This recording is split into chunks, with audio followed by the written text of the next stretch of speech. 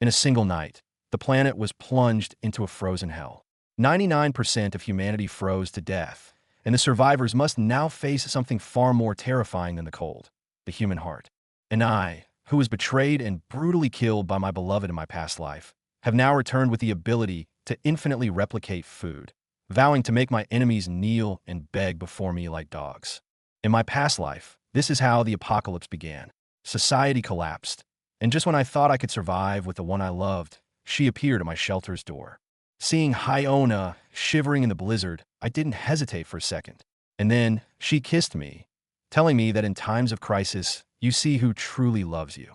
Man, I fell for it hook, line, and sinker. She gently told me to close my eyes. I thought it was some kind of romantic surprise, but what I got was the cold, sharp steel of a knife piercing through my chest. It was all a trap. Her and some other dude, just to get their hands on the supplies I worked so hard to gather. As my life faded, the last thing I heard was them flirting over my dying body.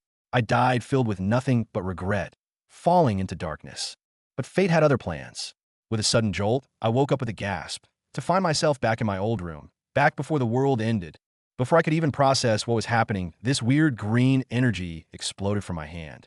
It was totally erratic, surging and shrinking, and left me feeling completely drained.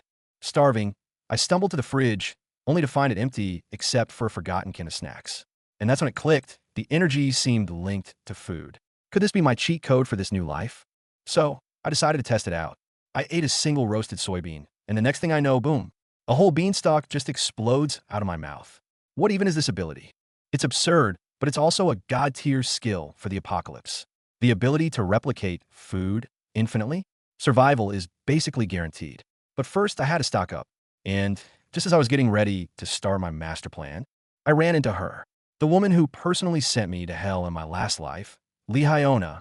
The second I saw her face, the memories of her betrayal came flooding back.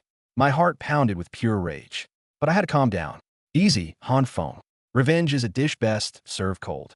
Right now, preparing for the end of the world is the top priority. And look at that. Hyona's already trying to use her old tricks, wanting me to be her personal ATM again. Heh, too bad for her.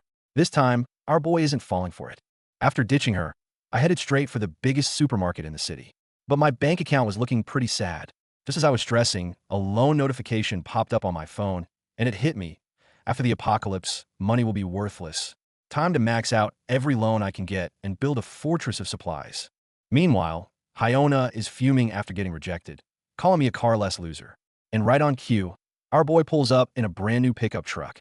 Oh, the timing is just perfect. That's how you spend apocalypse loan money. Look at the shock on her face.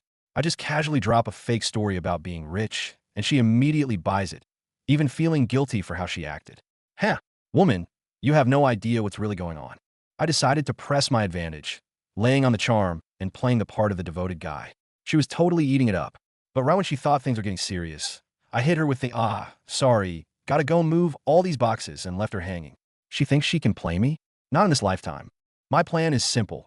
Let her know I have a massive stash of supplies, but make it clear she can't have any. That way, when the world freezes over, she'll come running to me, just like last time. Only this time, the roles of hunter and prey are going to be reversed. In the following days, it was a race against time.